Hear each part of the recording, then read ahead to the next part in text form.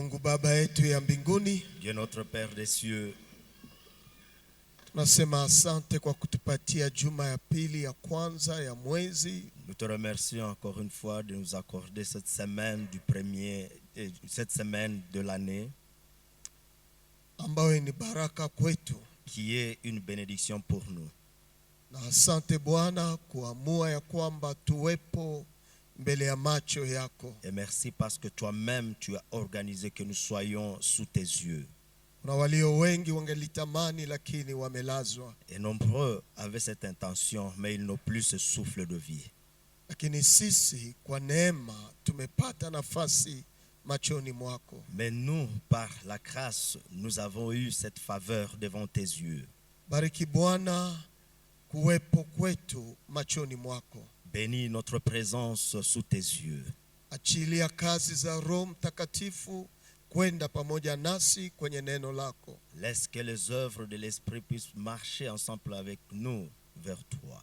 Maana bado tunahitaji kuimarishwa na wewe. Parce que nous avons besoin, Seigneur, d'être encadrés par toi.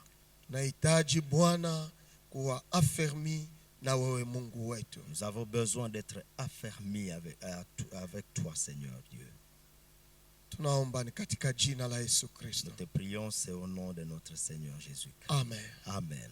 Unaweza kuchukua Vous nafasi. pouvez reprendre votre place. Nachukua Biblia yako ili tuwe na usomi. Vous allez prendre votre Bible pour que nous puissions lire ensemble Katika Kumbukumbu la Torati sura 6. dans Deutéronome chapitre 6. Utasoma mstari ile ya kwanza hadi ile ya 9. Et nous allons commencer par le premier verset jusqu'au 9e. Kumbukumbu la Torati 6 mstari wa kwanza hadi ile ya 9. Deutéronome chapitre 6, le premier, le deuxième jusqu'au 9e verset. Basi hii ni sheria na amri na hukumu Bwana Mungu wenu anazoamuru mufundishwe. Voici les commandements, les lois, les ordonnances que l'Éternel, votre Dieu, a commandé de vous enseigner.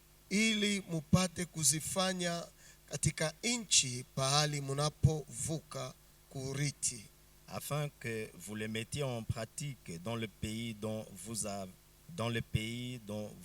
allez prendre possession. Ili uogope Bwana Mungu wako, kushika amri zake zote na sheria zake ninazokuamuru wewe na mwana wako na mwana wa mwana wako siku zote za maisha yako, na siku zako ziongezwe. Afin que tu craignes l'Éternel ton Dieu, en observant tous les jours de ta vie, toi, ton fils et le fils de ton fils, toutes ces lois et tous ces commandements que je te prescris, afin que tes jours soient prolongés.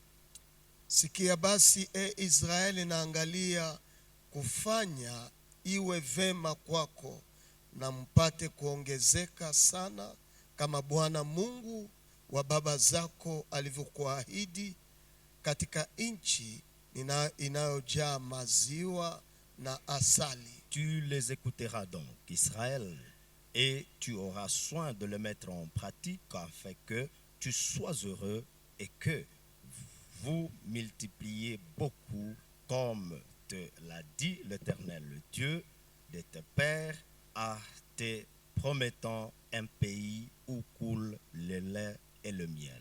Sikia Israel, Bwana Mungu wetu ni Bwana mmoja. Écoute, Hallelujah. Israël, l'Éternel notre Dieu est le seul éternel. Alléluia. Penda Bwana Mungu wako na moyo wako wote, Tu aimeras l'Éternel ton Dieu de tout ton cœur, na kwa nafsi yako yote, de toute ton âme na nguvu yako yote. et de toute ta force. Na maneno haya ninayokuagiza leo yatakuwa katika moyo wako. Et ces commandements que je te donne aujourd'hui seront dans ton cœur. Na utayafundisha kwa watoto wako kwa bidii, na kusema juu yao wakati wanapoketi nyumbani mwako, na wakati wanapotembea njiani, na wakati unapolala, na wakati unapoamka. Tu les inculqueras à tes enfants et tu en parleras quand tu seras dans ta maison, quand tu iras en voyage, quand tu te coucheras et quand tu te leveras. Uyafunge juu ya mkono wako kuwa alama, nayo yawe kama pindo katikati ya macho yako. Tu le liras comme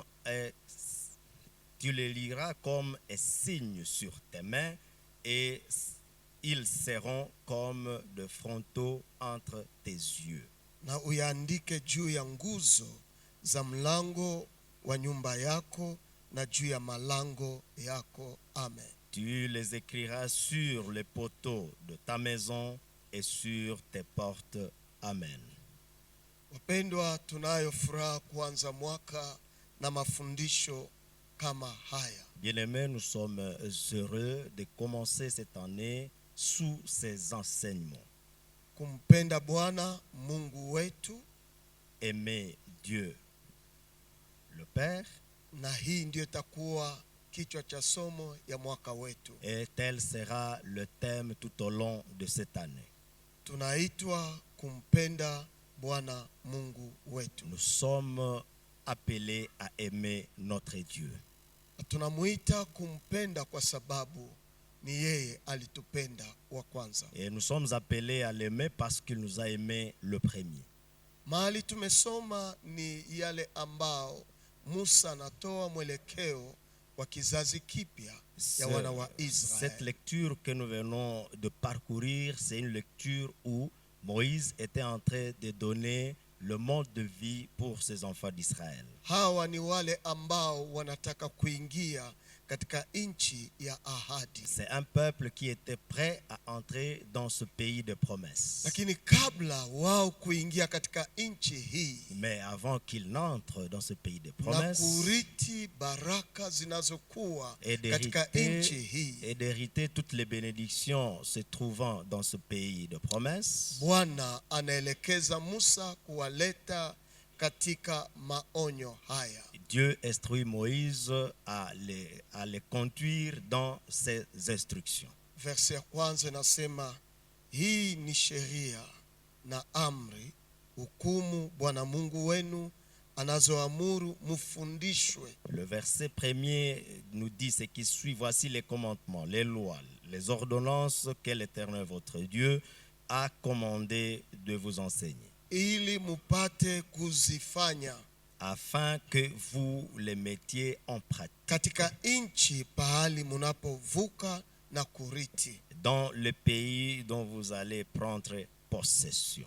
Amri na hukumu hizi ambayo zimeshimama mbele ya wana wa Israel Les commandements et les ordonnances devant les enfants d'Israël, ni ili wapate kuzifanya, c'est qu'ils puissent bien les pratiquer. ni ili waweze kuitendesha ndani ya maisha yao. C'est qu'ils puissent bien le vivre tout au long de leur vie. Amri hii na hukumu hizi Et ces commandements comme ces ordonnances zitawaleta katika woga wa Bwana Mungu wao, vont devoir les amener dans la crainte de l'Éternel leur Dieu. na woga hii Et cette crainte haitoke mbali na utiifu ambao watatembea nayo. ne vient pas de loin l'obéissance dans laquelle ils vont devoir marcher. Wanaitwa kuwa watiifu, Ils sont appelés à obtempérer, waaminifu, à être fidèles, ambao watatembea sawasawa na Bwana jinsi alivyowaelekeza. qui vont devoir marcher selon les instructions du Seigneur. Sheria hii na amri yatafunua woga wa Bwana kwa maisha yao. Ces lois comme ces ordonnances vont devoir révéler la crainte de l'Éternel dans leur vie. Kumbuka yale tuliyoyasema siku hiyo ambayo tulikuwa hapa.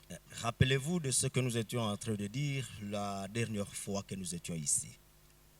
Amri na hukumu ambayo Bwana anatoa les commandements et les ordonnances que l'Éternel donne, si ili yawe mzigo kwao, ce n'est pas qu'ils soient comme un fardeau sur eux, lakini ni upendo wa Mungu kwa hao wana wa mais c'est Israeli. un grand amour de Dieu sur les enfants d'Israël. Ni jinsi ya kuishi kwao. C'est de leur manière de vivre. Mungu anataka kujenga hiyo agano aliyoyafanya nao. Dieu voudrait bien construire encore une fois cette alliance qu'il avait déjà conclue avec ce peuple. Ndio naona verse ya pili kwa chapitre 5 ya Deutéronome. C'est là que vous trouverez au deuxième verset du chapitre 5 du livre de Deutéronome. Bwana Mungu wetu alifanya agano nasi katika Horeb. L'Éternel notre Dieu a traité avec nous une alliance à Horeb. Verset 3. Verset 3e. Bwana hakufanya agano hili na baba zetu, Ce n'est point avec nos pères que lakini na l'Éternel, sisi, hata sisi tulio sote hapa hai. ce n'est point avec nos pères que l'Éternel a traité cette alliance, c'est avec nous qui sommes ici aujourd'hui, tous vivants. Mungu ni wa agano. Dieu, c'est un Dieu d'alliance. Anafanya agano na watu wake. Et il fait de traité d'alliance avec Lakini ses katika peuples. kila agano Mais dans toute alliance, kuna kuwa mapatano ya kutembea ndani yake. il y a l'attente, comment marcher dedans. Iwe hata siku tunapofunga harusi ya watu Que ce hapa, soit les jours même de bénédiction de mariage. kuna Ici, agano watu wanafanya. il y a des vœux que les Kuna gens masemi prononcent. watu wanaweka Il y a effectivement des paroles qui sont mises na à part. wanakubaliana kutembea ndani yake, Et les deux s'accordent de marcher ili ensemble dans yasaidie ces watu alliances kufika kwenye malengo ya maagano pour yao. les aider à atteindre l'objectif de leurs engagements. Mungu alifanya agano na baba zetu, Dieu a conclu des alliances avec nos na hii pères. tunayaona ni katika Kutoka 12, Et cela, nous le trouvons dans Exode 20, mahali ambapo Mungu anatoa amri 10 kwa wana wa là où Israeli l'Éternel était en train de donner les 10 commandements ili aux enfants d'Israël yawaelekeze kwenye nchi ya ahadi, pour les amener dans le pays de la lakini promesse. hawakuweza kuwa waaminifu kwa maagano Mais haya. ils n'ont pas été fidèles à ces Na ndio alliances. maana wengi wao walilala kwenye njia. C'est là que vous allez trouver que la plupart ont trépassé à mi-chemin. Ndio naona hapa kwa sura hii ya 6 ya Kumbukumbu la Torati, Et c'est ce que vous pouvez constater au verset 6e d'Exode 20, Mungu anaita tena Israeli kizazi kipya. que Dieu était en train d'appeler encore une fois Israël comme Muogope une Bwana nouvelle Mungu génération. wako. Verset 2. Le verset- Muogope Bwana Mungu wako, Craignez l'Éternel votre Dieu. ushike amri zake zote, Vous devez bien observer tous ces préceptes, sheria zake zote toutes ces lois ninazokuamuru leo. que je Haleluya. suis en train de vous prescrire aujourd'hui. Sheria hii Et ces lois, ni kwako wewe c'est pour vous, na mwana wako vos enfants, na mwana wa mwana wako, les enfants de vos enfants, siku zote za maisha yako, tous les jours de votre vie, na siku zako ziongezwe. pour Haleluya. que tes jours soient prolongés. Alléluia. Wapendwa, Bien-aimés, sheria ya Bwana kwa maisha yetu la loi de l'Éternel dans notre vie yanaongeza siku za maisha yetu. nous prolonge la vie. Tunapotembea sawasawa na kutaka kwa Bwana, Quand nous marchons selon la volonté du tunapotembea Seigneur, sawasawa na mwelekeo ya Mungu, quand nous marchons selon les prescriptions de maisha Dieu, yetu yanaongezeka. notre vie est prolongée. Na Mungu juu ni Mungu wa kizazi, Et Dieu, comme ça, un Dieu de génération, hakumupa hawa watu peke yao hiyo agano, et il n'avait pas tout justement laissé l'alliance entre lui et ce peuple-là, lakini agano tatoka kwa baba mais cette alliance ira du Père, inaenda kwa mwana descendant jusqu'à na l'enfant, inatoka kwa mwana et quittera l'enfant inaenda kwa wana wa wana wake. jusqu'aux enfants de leurs enfants. Maana Mungu anataka atawale hawa Parce que watu. Dieu voudrait bien voudrait bien dominer toute na ces Mungu générations. anataka maisha yao yawe na siku nyingi. Et Dieu voudrait que leur vie soit prolongée. Acha nifungue akili zetu. Laissez que nous puissions encore aller au-delà. Watu waliotembea na Mungu, Ceux-là qui ont marché avec Dieu, waliotembea na hiyo woga wa ceux Bwana, qui sont marchés dans la crainte de l'Éternel, maisha yao yanaongezeka, leur vie est toujours prolongée. maisha yao yanakuwa tofauti. Leur vie est toujours différente. Jaribu kwenda kwenye miroir, Tentez seulement de faire un regard dans ce miroir. uangalie watu mliokomala nao, Regardez seulement ceux-là avec qui vous avez grandi, watu mliosoma nao masomo, ceux-là avec qui vous avez fait cursus lakini scolaire. wale ambao waliacha Mungu, Mais ceux-là qui ont abandonné uone Dieu, namna gani dunia imewafananisha. essayez de voir comment le monde les a caricaturés. Woga wa Mungu La crainte de Dieu yanaongeza siku zetu, prolonge nos vies. na siku hii tunaipata, Et nos jours, tunaipokea kupitia sheria ya Bwana. nous les obtenons au travers des lois de l'Éternel. Inaongeza. Et ça augmente, ça prolonge. Na maombi yetu katika mwaka huu, Et notre prière pour cette année, mwogope Bwana, c'est que vous puissiez craindre mshike l'Éternel. sheria ya Bwana, Gardez les commandements de mshike l'Éternel. hukumu ya Bwana Gardez les ordonnances de l'Éternel. ambayo Bwana anataka sisi tuishi, C'est que Dieu voudrait que nous puissions vivre. ili tuishi maisha ambayo inaongezeka, C'est que nous puissions vivre une vie prolongée. lakini si maisha peke yake, Et pas seulement la vie, ni ili turiti nchi inayojaa maziwa na asali. mais que nous puissions aussi hériter le pays qui est plein de lait et de miel. Ndio naona verse ya 3 anasema hivi, Et c'est là que même au verset 3, sikia basi Israel, écoute donc Israël na angalia kufanya iwe vema kwako. Haleluya. et regarde que cela te soit favorable. Soma hiyo verse ya 3. Verset 3, tu les écouteras donc Israël et tu auras soin de les mettre en pratique afin que tu sois heureux et que vous multipliez beaucoup Ili uwe mwenye heri pour que vous soyez heureux, na ili muongezeke. pour que vous puissiez vous multiplier. Uheri ya mwanadamu Le bonheur de l'homme, haiko nje ya Mungu yeye ce n'est mwenyewe. pas hors de l'Éternel lui-même. Uheri wa mwanadamu Le bonheur de l'homme haiko nje kwa vitu tunavyoona kwa n'est pas macho, loin vers le bien matériel. ni ndani ya sheria ya Bwana. C'est Haleluya. dans les lois de l'Éternel. Ni Alléluia. hapo kuna uheri wetu, C'est là qu'il y a notre bienveillance. ni pale kuna kuongezeka kwetu. C'est là qu'il y a le prolongement de nous-mêmes. Lakini kama tunaacha sheria ya Bwana, Mais si nous allons abandonner la loi de l'Éternel, hakuna uheri là il n'y a tutakaoyapata. pas de bonheur que nous pouvons obtenir.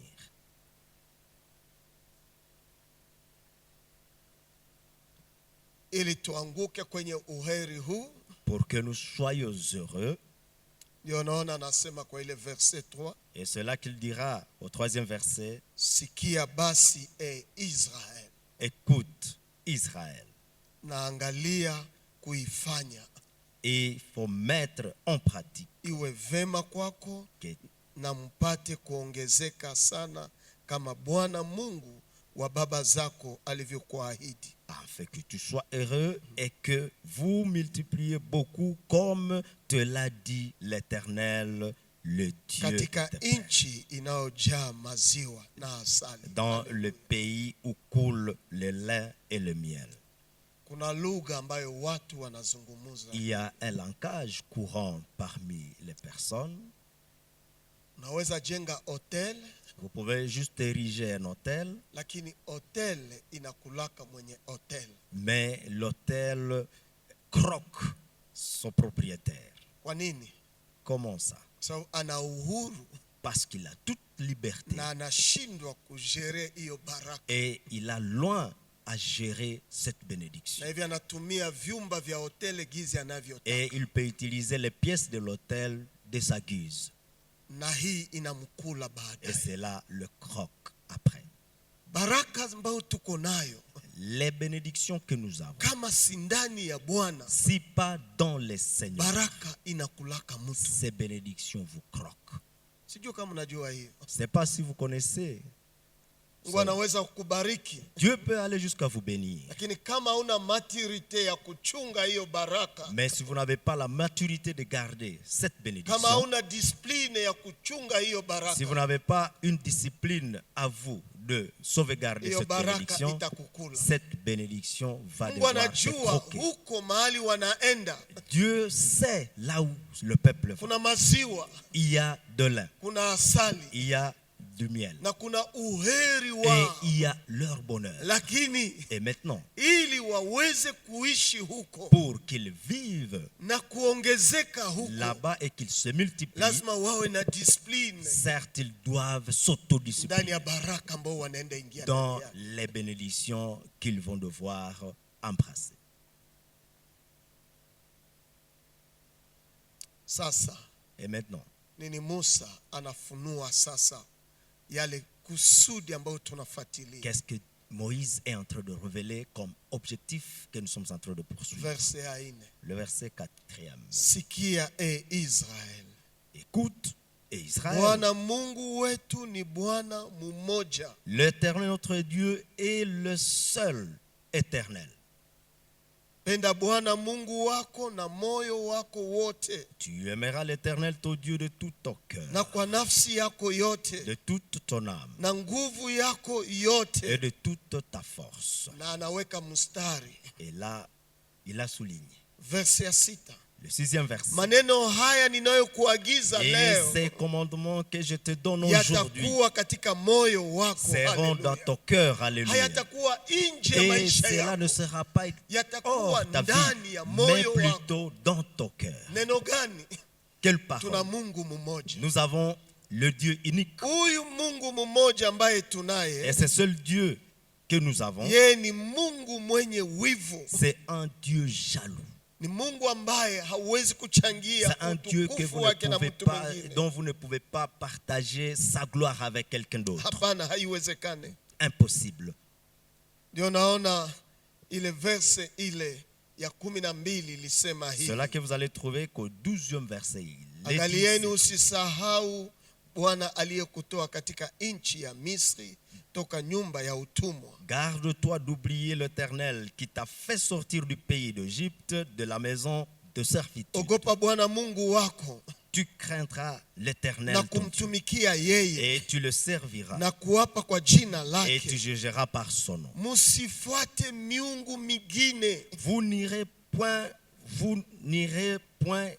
après d'autres dieux. Ya miungu ya mataifa wanaowazunguka nyinyi. D'entre les dieux des peuples qui sont autour de vous. Maana Bwana Mungu wako katikati yako ni Mungu mwenye wivu. Car l'Éternel ton Dieu est un Dieu jaloux. Kasirani ya Bwana Mungu wako siwake juu La yako, colère de l'Éternel ton Dieu s'afflammerait naye contre toi atakuharibu toka juu ya uso wa et il nchi. t'exterminera de dessus la terre. Mungu ambaye tunamfuata C'est Dieu que nous suivons. ni Mungu mmoja tu, C'est un seul Dieu. sawa vile maandiko ilivyotuambia De la pale. manière que les Écritures Bwana viennent le Mungu confirmer. wetu ni Bwana mmoja Notre Dieu, il est le seul ambaye éternel. anataka maisha yetu tumupe yote, C'est lui qui voudrait que nous puissions lui consacrer toute notre vie. tumupende huyo Que nous Bwana Mungu, puissions l'aimer, cet éternel Dieu. na tunampenda Et kwa moyo wetu nous wote, l'aimons de tout notre na cœur, kwa nafsi yetu de yote, toute notre na âme kwa nguvu yako et de yote. toute votre force. Weka hii maneno ndani ya moyo wako, Vous devez bien garder ces commandements, ces paroles kwa dans sababu votre ni cœur. yeye anabeba uheri Parce que wetu, c'est lui qui a notre bonheur. ni yeye anabeba kuongezeka C'est kwetu. lui qui porte notre multiplication. Kaa ndani ya huyo Mungu Vous devez vous asseoir dans ces dieux peke yake. seul. Na wakati wanaweka neno kusema yeye ni Mungu mwenye wivu kwa verse ya 15, Et quand on précise au 15e verset que c'est un Dieu jaloux, Maana Bwana Mungu wako katikati yako ni Mungu mwenye wivu. Car l'Éternel ton Dieu est un Dieu jaloux au milieu Wivu wa de toi. Mungu wetu La jalousie de yanaweza notre kuinua Dieu kasirani peut aller jusqu'à afflammer la colère wakati ambapo tumetoka katika upendo kwa Mungu wetu. autant que nous sommes allés loin de cet amour de Dieu. Hii neno ni Mungu mmoja. Et cette parole, ce mot d'un Dieu Hiyo unique, ndiyo msingi ama moyo wa imani. c'est là Haleluya. même la base ou le cœur de la foi. Alléluia. Imani ya Wayahudi La foi des Juifs na imani ya Wakristo. et la foi de chrétiens. Tunaamini kuna Mungu Nous mmoja. croyons que nous avons un seul Dieu. Hakuna miungu miwili. Il n'y en a pas hapana. deux.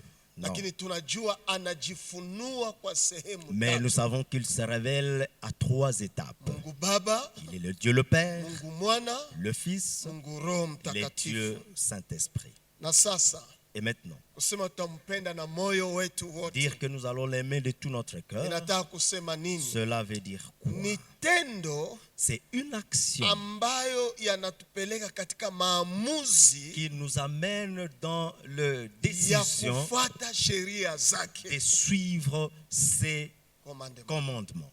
Tampenda Bwana Mungu Vous allez aimer Kwa l'Éternel moyo votre wako Dieu wote. de tout votre cœur, kwa nafsi yako de yote, toute votre kwa âme, nguvu yako de yote. toutes vos forces.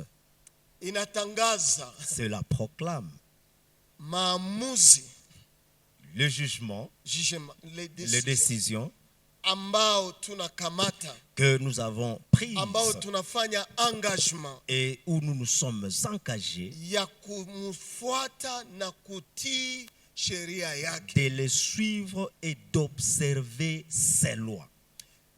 Kumpenda Bwana Mungu wako Aimer l'Éternel ton Dieu kwa moyo wako wote, de tout ton cœur, kwa nafsi yako de yote, toute ton âme, kwa akili yako yote de ama toutes nguvu, tes pensées ou forces. ni mwito C'est un appel ambayo inajenga uhusiano très profonde, qui construit une relation profonde ambayo inakuwa na authenticité ndani ya Kristo, ndani ya Mungu, qui a une authenticité en Dieu, ambayo inatuita ndani ya obedience, qui nous appelle à une ferme obéissance. katika utiifu mbele ya Mungu. Dans cette obéissance envers notre Dieu, Nitakutii je vais t'obéir katika utu wangu wote, dans tout mon être ili intégral niriti pour que je puisse hiyo nchi hériter ya ahadi ce pays de promesses uliotia mbele yangu. que tu as mis devant moi. Wapendwa, Bien-aimé. huko kwa Mwanzo, Et juste au début, Genèse. à Genèse, Mungu aliita Adamu, Dieu a appelé Adam. akaita na Hewa, Il a appelé Na Hawa. Eva. akawaweka ndani ya bustani. Il les a placés dans le jardin. Mawazo ya d'Éden. Mungu Et les pensées de ilikuwa Dieu mazuri kwa mwanadamu. étaient les bonnes passées Ya à l'endroit kwanza, de l'homme. Tout d'abord, Alimuumba kwa mfano wake, il l'a créé à son image. kwa sura yake, À son image. ili huyu mtu Pour que cet homme awe mtawala, puisse dominer, aweze riti kazi ya kuumba kwa Bwana. puisse hériter la création de Dieu. Na ndio Mungu anamwambia unaweza kula Et hii, c'est là que Dieu donnera l'ordre Na de usiweze manger kula ici hii. et de ne pas manger là-bas. ukienda mbali na Et si hii, tu iras loin de kuna cette kifo ordonnance, il y itakushika. a la mort qui te surprendra. Na hapa Musa naye kunarudisha watu Et kwenye akili, ici même, Moïse est en train de ramener le peuple à la kuonesha raison uzuri wa et Mungu, montrer la bonté de ya l'Éternel. kwamba Mungu ametayarisha mema Et de kwenu, montrer que Dieu a préparé le lakini bonheur pour vous. munahitaji kukamata Et maamuzi. vous avez maintenant l'occasion de prendre des Na décisions. decision hii Et ces Mungu décisions, anaachia mtu mwanadamu liberte ya kukamata Dieu decision. laisse à l'homme une liberté totale de se Ni déterminer par wewe rapport à la unaweza décision. kuamua Et c'est kifo toi qui peux aller jusqu'à accepter ou à décider pour la mort au kukubali uzima. ou revenir pour accepter la vie. Ni wewe unaweza kubali kuishi na kuongezeka Et c'est toi qui peux accepter de vivre et de te na multiplier kukaa kwenye maziwa na et de asali te mettre là où il y a de lait et du miel na kuona uheri et de wako, voir ton bonheur ama wewe mwenyewe unakataa. ou toi-même tu vas refuser. Ndio maana Mungu anahitaji moyo wa mtu kumupenda. C'est là que Haleluya. Dieu aimerait que le cœur de l'homme puisse Ndio maana l'aimer. Mungu Alléluia. anahitaji hata nafsi yako C'est là kumpenda. que Dieu voudrait que même votre âme puisse Ndio maana l'aimer. Mungu anataka hata nguvu zako C'est là que Dieu kumpenda. voudrait que même votre Manake force puisse l'aimer. kapasite za savoir faire Et yako toutes les capacités d'intelligence Impende Mungu wako. puissent Alléluia. l'aimer. Alléluia. amri 10 Les 10 commandements ambayo Mungu alichia hapa que Dieu avait établis iligawanyika kwa sehemu mbili. avaient été divisés à 2 parties. Sehemu ya kwanza Dont la première ni partie, upendo wa mwanadamu kwa Mungu wake. c'est le Haleluya. grand amour de l'homme envers Dieu. Sehemu Alléluia. ya pili La deuxième ni partie, upendo wa mwanadamu kwa mwanadamu. c'est l'amour de l'homme envers un Ndio homme. unaweza ona Et cela que vous pouvez trouver hata ndani ya Kutoka 12 même dans Exode 20, utaona anazungumuza pale juu ya amri. il dira quelque chose pour les 10 Hata ndani ya commandements. Deuteronome 5 Même dans Deutéronome utaona chapitre 5, wanakumbusha tena juu ya hiyo on amri. va devoir rappeler ces 10 commandements. Ya kwanza Premièrement, versi ya 3 nasema usiwe na miungu mingine ila au mimi. 3e verset, il dit, tu n'auras pas d'autre Dieu devant ma face. Anataka kutosha nje kwenye macho naweza kwenda, Là, il voudrait bien sortir le regard de l'extérieur, lakini hukuleta karibu na yeye. mais de te ramener auprès de lui. Usijifanyizie sanamu ya kuchonga. Tu ne te feras point d'image taillée. Versi ya 5 usijiiname mbele yao. Verset 5e, tu ne te prosterneras point devant elle. Ile ni maelezo. Là, ce sont des explications. Versi ya 7 7e verset, usitaje jina la Mungu wako bure. tu ne prendras point les noms de l'Éternel, ton Dieu, en vain. Versi ya 8 8e verset, siku ya sabato uitakase. souviens-toi du jour du repos pour le sanctifier.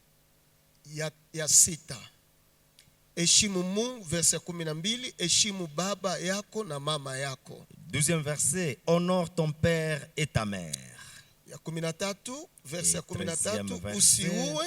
tu ne tueras point. 14 usizini. 14, tu ne commettras point 15 d'adultère. usiibe. 15, tu ne déroberas point. 16 usishuhudie jirani yako uongo. 16, tu ne porteras point de faux témoignages contre ton prochain. Versi ya 17 usitamani nyumba ya jirani yako. 17e, tu ne convoiteras point la maison de ton prochain. Na wanaiexplique usitamani mke wa jirani Il y a yako. des explications de ne pas Wala convoiter mtumishi la wake, femme de ton prochain, wanaendelea. ni son serviteur, et etc.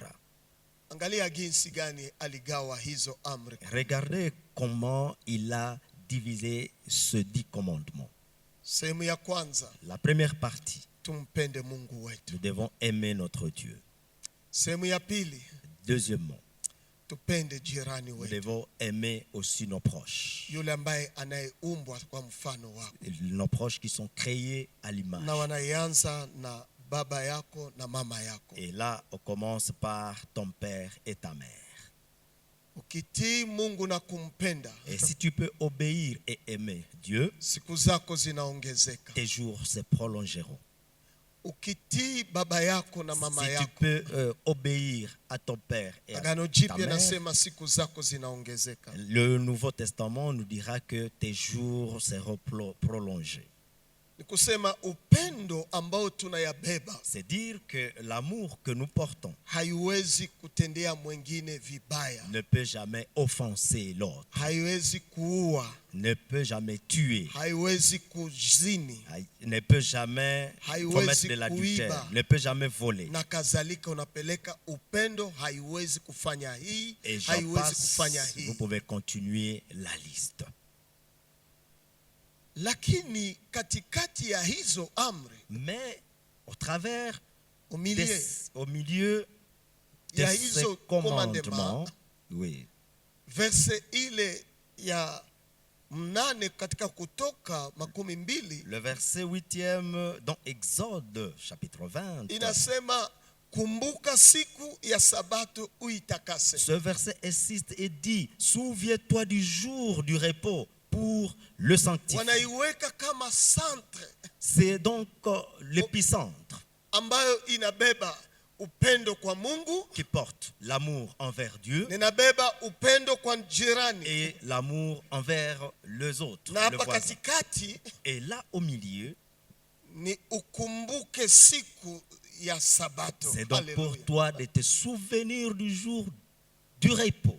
Alléluia. Sehemu hii La partie ni juu ya jirani yako, baba na wandugu zako na wengine. La première partie, c'est Sehemu pour hii la partie B, Uh-huh. c'est pour le père, la mère, et Mais ainsi de sehemu suite. hii ya kwanza Mais la partie première, A, yanabeba Mungu, porte Dieu. lakini hapa katikati Mais juste au milieu, yanaweka Sabato. cela met le jour du repos. Kwa nini?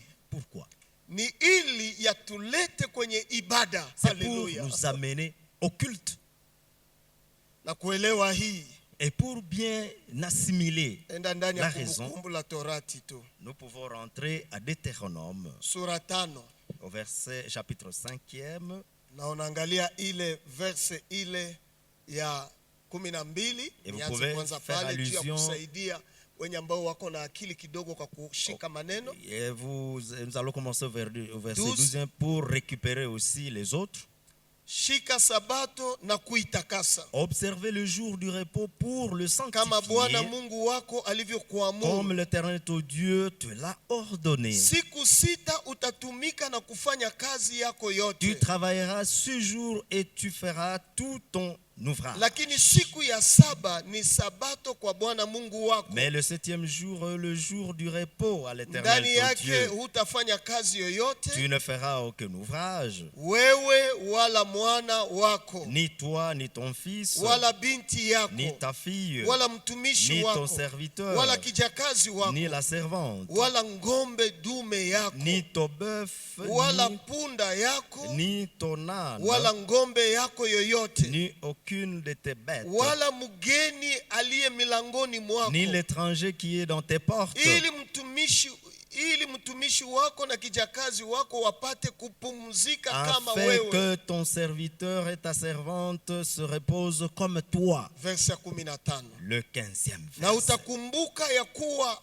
ulikuwa mtumishi katika nchi ya Misri, Tu te souviendras que tu as été esclave au pays na Bwana d'Égypte Mungu wako alikutoa toka kule kwa mkono wa nguvu et que l'Éternel ton Dieu t'en a fait sortir à la main forte na mkono ulinyoshwa. et à bras tendu. Kwa hivi Bwana Mungu wako alikuamuru ushike Sabato. C'est pourquoi Haleluya. l'Éternel ton Dieu t'a ordonné d'observer le jour du repos. Kwa nini tunashika Sabato? Et pourquoi nous observons le jour du Ni repos? siku ambapo C'est le jour tunakumbuka kazi ya où ukombozi. nous sommes en train de Haleluya. nous souvenir de l'œuvre de rédemption. Mahali Alléluia. ambapo Mungu alitutosha De là où Dieu nous a tirés. kwa mkono ya utawala ya Il nous mtumwa, a fait sortir de la main de la servitude. akatuleta katika nchi ya ahadi. Et il nous a Haleluya. amenés dans un pays de la promesse. Na Alléluia. hivi Bwana naweka Sabato Et Dieu est en train de iwe placer le repos, nafasi le jour du ambao repos, tutakuya kwa que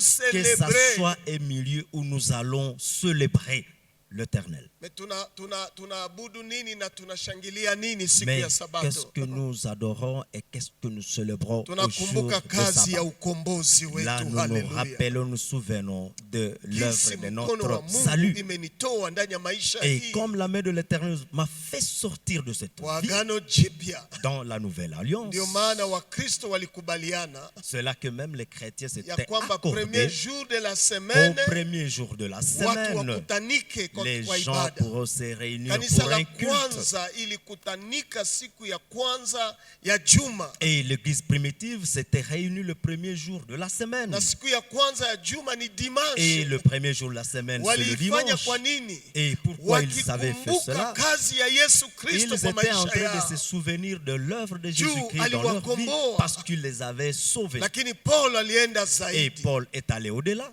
juu ya maneno ya siku, Et pour maneno ya concernant les jours, juu ya maneno ya siku ya juma, juu ya concernant effectivement les jours de la semaine. Ouais. Angalia pamoja nami ndani ya Waroma nikienda niko namaliza. Nous pouvons juste jeter un coup d'œil en Romains. Attendant Sura vers la yake fin. 14.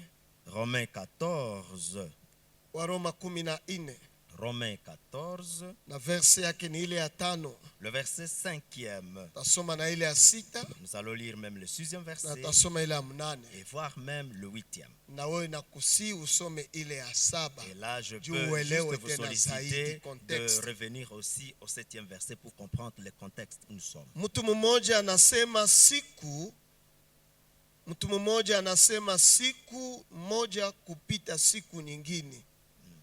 Mwingine anaona kila siku kuwa sawasawa. Kila mtu ajue kabisa katika akili zake mwenyewe. Tel fait une distinction entre les jours, tel autre les estime tous égaux, que chacun ait en son esprit une pleine conviction. Hapa ni maneno ya vuta ni kuvute. Là, ce sont des discussions Juu ya siku ya autour semene. du jour de la semaine. Na walikuwa nazungumuzo kiangalia context. Et là, ils étaient en train de dire, faisant allusion au contexte, Utaona mpaka wanagusa juu ya mambo ya chakula. et vous allez trouver qu'ils étaient en train de toucher même la nourriture. Mwingine anakula hii Et il y a l'un qui va na manger mwingine akule ceci hii. et l'autre qui Na va manger ceci. wanahukumiana Et ndani là, yake. ils seront en train de se juger mutuellement. Kwa wasomaji wa Biblia watajua tu ni complexe za sheria zilizokuwa ndani ya Agano la Kale na Agano Jipya Pour les sasa. lecteurs de Bible, ils comprendront que c'est le contexte qui existait dans l'ancienne alliance comme dans Naangalia la jibu nouvelle ya alliance. Paul juu Et ya siku. la réponse de Na pale Paul, niko nataka kusaidia wenyewe autour de la wanawaza semaine. sabato tu ni samedi. je voudrais juste épauler ceux-là qui croient que le sabbat est toujours prévu au samedi. Yeye anayeshika siku, verse ya 6, C'est- anashika kwa Bwana. C'est lui qui distingue entre le jour agit ainsi pour le Seigneur Na yeye asiyeshika siku haishike kwa Bwana. Naye anayekula anakula kwa Bwana kwa sababu anashukuru Mungu. Naye asiyekula hakuli kwa Bwana, naye anashukuru Mungu. Il est dit ce qui suit. C'est lui qui distingue entre le jour agit ainsi pour le Seigneur. C'est lui qui mange. C'est pour le Seigneur qu'il mange, car il rend grâce à Dieu. C'est lui qui ne mange pas. C'est pour le Seigneur qu'il ne mange pas, et il rend grâce à Dieu. Amen. Paulo anataka kusaidia Wakristo wa Roma Paul était en train juste d'étayer wajue les chrétiens de siku Rome, yote ambao wanaweza kuiweka katikati yao qu'ils sabato. comprennent que tout le jour qu'ils puissent interposer Katika upendo kwa Mungu, dans l'amour envers Dieu katika upendo kwa watu, et dans l'amour envers les waiweke kwa voisins, les prochains, ajili ya Bwana. qu'ils Haleluya. l'interposent pour la gloire de Dieu. Alléluia. Kama ni samedi, Si c'est le samedi, ikiwa kwa ajili ya Bwana. si effectivement c'est pour le Seigneur, Haleluya. alléluia. Kama ni dimanche, Si c'est le dimanche, ikiwa kwa ajili ya et Bwana. si c'est au nom du Seigneur, Bwana Yesu que asifiwe. Jésus-Christ soit loué. Haleluya. Alléluia.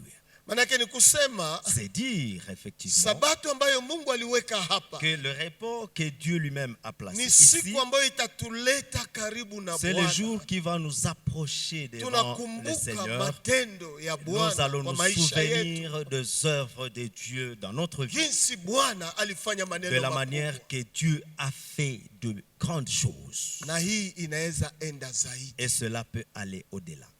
Nini Bwana amefanya kwako Qu'est-ce ndani ya mwaka que mzima? Dieu a fait pour toi le long de toute Nini l'année? Bwana amefanya kwa maisha yako? Qu'est-ce que Dieu a fait pour ta vie? Yale matendo makubwa ya Mungu Ces grandes œuvres de yanaweza Dieu kukuleta peuvent t'amener kujenga sabato yako à placer ton jour du repos ili uanze kufikiri na kusema uwalambawe. pour Haleluya. commencer à réfléchir et dire sois loué, Naambia alléluia, Mungu asifiwe. et dire sois glorifié, Maana Seigneur, ninapoona yale ambayo umefanya kwa parce que mimi quand je vois ce que tu as fait pour moi, yananipa siku ya Bwana. cela Haleluya. m'amène le jour du repos, Yanaweza le jour kuwa du Seigneur. lundi, Ça peut yanaweza le kuwa lundi, mardi, ou même le mardi, yanaweza kuwa mercredi, voire le mercredi, yanaweza kuwa jeudi, pourquoi pas jeudi, yanaweza kuwa vendredi, vendredi, samedi, dimanche, lakini kwa Bwana, mais haleluya. au nom du Seigneur, alléluia.